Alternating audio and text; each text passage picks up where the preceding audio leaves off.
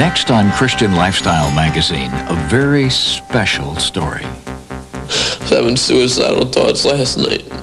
Did it kind of feel like the past? Yeah. When you were out there doing drugs, did it feel like that? Yeah, it felt really scary. We'll introduce you to a program called Kids of Bergen County for kids in trouble with drugs, alcohol, and diet disorders.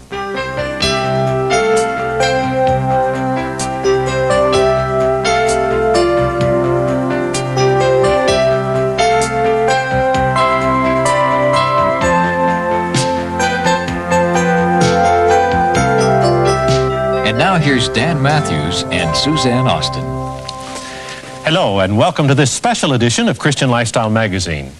Today we're going to present a story with such a powerful message, we decided to build our entire show around it. One of today's great tragedies is the high level of drug and alcohol use among teenagers.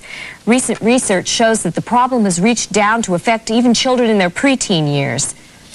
In fact, there's one study that shows that 25% of fourth graders already feel a strong pressure to try beer, wine, hard liquor, and marijuana. Now, friends, we're talking about 9-year-old children. And that pressure only increases as they grow older. Teenage alcoholism, drug abuse, and other compulsive behaviors like bulimia and anorexia, they all point to the fact that our society is pushing young people to the breaking point.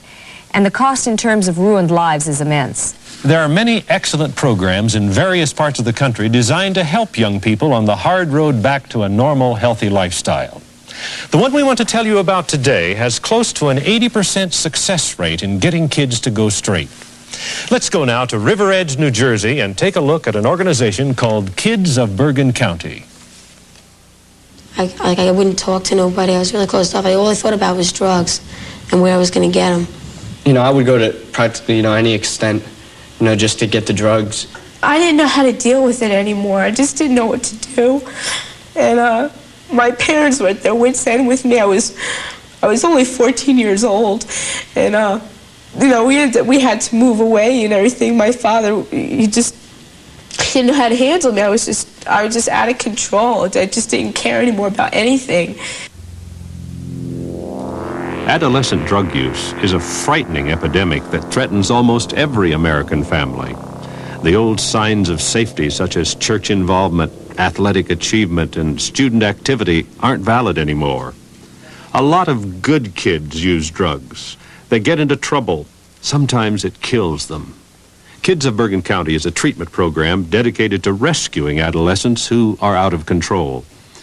They spend 85 hours of intensive therapy as they get into the program. Director Dr. Miller Newton explains this special project. Well, when the new kid comes into the program, the message is a very tough one.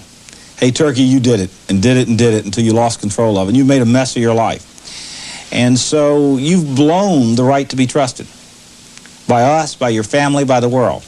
You're going to give up living with your family, walking free on the street, going to school. You're going to be supervised by somebody else so that you can't hurt yourself or other people by your drug use, by your self-destructive behavior.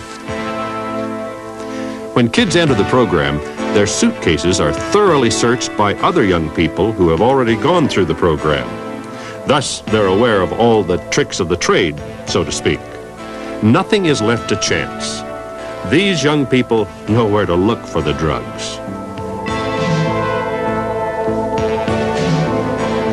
During the first phase, which lasts anywhere from 2 weeks to more than 3 months, young people are led around the facility by more advanced participants who keep a hand on their shoulder or waistbands, treating the newcomer like a small child. When the kids go home at night, they don't go home to their own family. They don't stay in this building.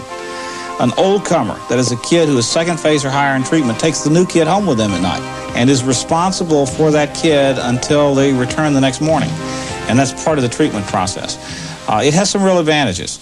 Instead of being in a cold institutional setting with fairly lowly paid night attendants who often slip booze and drugs to kids, get involved with them sexually, the kid is living with a family that is committed to getting well. Their own kid getting well, their own kid helping other kids. And so the child is in an atmosphere of warmth, not institutional. The kid is in a setting where they're being supervised by another kid with the same problem who can read them like a book and who cares immensely about them. because a major factor in getting well here is care, love. We asked what happens upon entering the second phase of the program. About a week after the kid comes home on second phase, they earn the right to have newcomers. That is to bring new kids, first phase kids of the same sex, home with them. Because part of recovery is helping a new kid face his problem, using your knowledge of your own problem. Part of recovery is reinforcing your own knowledge of the self-help steps of AA by teaching them to a new kid. I don't know. It's scary. I don't even know why I was doing it. I didn't even want to be alive anymore. I was having suicidal thoughts last night. Did it kind of feel like the past? Yeah. When you were out there doing drugs, did it feel like that? Yeah, it felt really scary. It's like I wanted to do it. I came close to doing it too. This program is unique in providing positive peer identity in crisis situations. Being in the outside world where there are peers that you got in trouble with and learning how to say, hey, no thanks, I don't do that stuff anymore. And as a matter of fact, I not only don't do it, but I don't hang around with people who do, because what you talk about and do threatens me. It cues my urge to do that bad stuff again. These young women have earned time off, which means they're allowed to go on an outing with their families. Third phase helps them cope with daily life. I went back to my high school towards the end of the year last year, and at first all my friends came up to me, wanting to be friends with me and stuff like that, and thinking, oh, you poor girl, you were put in this rehab and stuff. But when I came back at them really strong that I didn't want anything to do with them and all that, I think they're really angry at me. Like I betrayed them or something like that, and like I'm changed, and they think of me as really weird. In a way, I really think they probably are jealous, because I know when I first came to the program, I saw someone who I used to know who changed a lot. And even though I thought it was kind of strange at first, I did feel jealous that they seemed so happy just with themselves and stuff. Patty Patton talks about the program and her new life.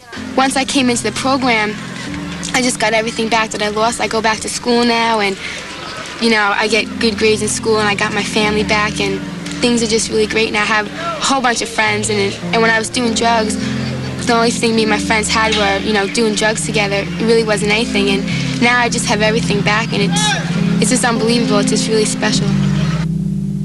Dan, this is obviously a tough program, and one that requires a tremendous amount of time and effort from the kids. It is a tough program, Suzanne, but as you saw, there's a lot of honest love and caring in it, too. We'll continue with more about Kids of Bergen County in just a moment. In a minute, you'll see the part parents play in the Kids of Bergen County program. Because you're not sending your kid away to a program, you're sending your kid and then going and be very much a part of it. You've already seen how Kids of Bergen County's tightly structured program affects troubled teenagers. Now you'll see how the program affects their families. In talking further with Dr. Newton, he explained how Kids of Bergen County emphasizes parents' and siblings' involvement in the healing process. You get a little crazy trying to cope with a kid who's out of control on drugs, alcohol, bulimia, anorexia. The result is that family members trying to cope with it end up contributing to it. The kids we deal with are not fully autonomous, independent adults. That happens at about 24. And the family is going to be the primary support group for that child from the end of treatment until they establish their abstinent or sober lifestyle at 24. And so the families have got to come to terms with how they got sucked into the disease, the hurt, pain, and anger they have, learn how to forgive, but also learn how to be a constructive, tough love support for the kids. Much of the success of this program is due to every family member's involvement. It's the whole family is involved. That's one of the beauties of this program. It isn't only for the kids. It isn't only for the parents. It's also for the siblings of the kids who are in the program. And that's, I think, one of the unique things that makes this program useful, because you're not sending your kid away to a program. You're sending your kid and then going and be very much a part of it and taking responsibilities too. So it's a family affair, if you will. The first 2 or 3 weeks Patty was in the program, I told everyone she was in a program for kids with compulsion. We didn't tell her grandparents, aunts, uncles. We didn't tell anyone in the beginning. And now it's all I talk about. Give me a chance to tell you where my daughter is and what she's doing, and I can talk for hours. Parents and siblings are required to come to kids 2 nights a week for group counseling and meetings similar to those held at Alcoholics Anonymous. At the open meetings, family members listen to public confessions of youngsters who are drug abusers or have eating disorders. They share the pain these compulsions have caused. I'd like to relate my feelings of anger about an incident in your past that I'm not sure you really know. You had run away and you were at the home of a druggie whose father happened to be a policeman, and they returned you back to our house, and you stayed out in the car, and the man came in, and he chastised me as a father. Told me all the things I was doing wrong, and he used his policeman's job as a threat. The man actually threatened me to shape up as a dad. Again, God knows what you had told him to put me in that position. So I'm real angry about that, and I love you. I love you, Dad. Love you, Harry! You look so much better tonight. You know, I didn't see you much Friday night, and tonight I saw you. You were participating in all the songs and everything, and you looked happy, and you're smiling, which, I don't know, I haven't seen in a while, but it makes me feel so good, because I know that you better earn talk Friday, right? Because, I don't know, I'm just so happy. I don't mind coming here when I see you acting like the way you are. Love you, Beth. I love you, Jeff. Love you, Beth! I have feelings of frustration right now, Cindy. I'm frustrated because the family is doing so well at home. And I'm scared because I don't know if it's still going to go well when you come home. And we're trying. I feel lonesome, Cindy. I really do. I long for your company again. I feel rejected by you.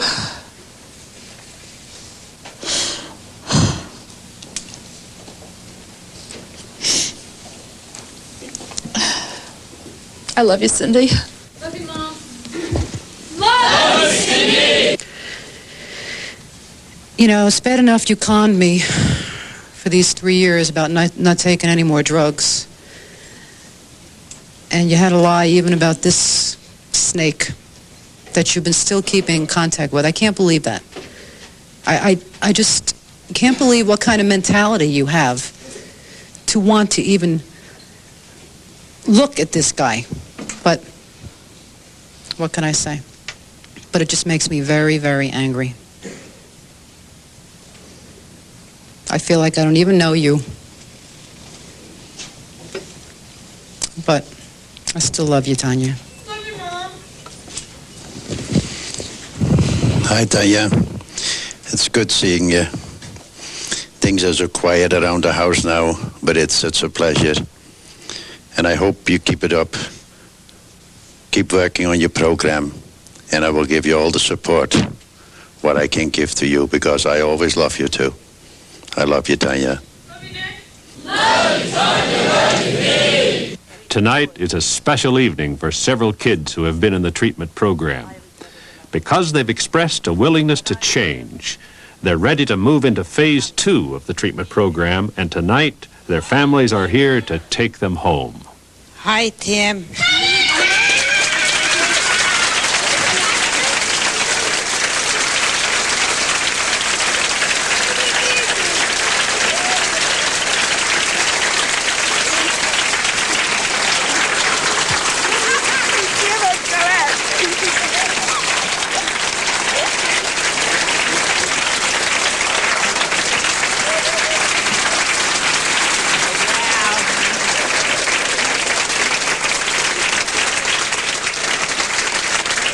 Tim, I'm so happy, but I'm so scared too. But I know, one day at a time. I love you, Tim. I love you,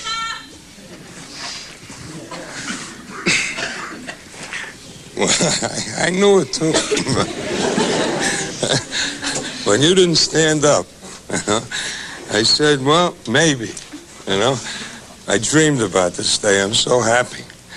I know things are going to work out. From the talks that we've had, I don't see any more of the old Tammy left. I know, you're just different. You really are. I'll talk to you later. I love you, darling. I love you,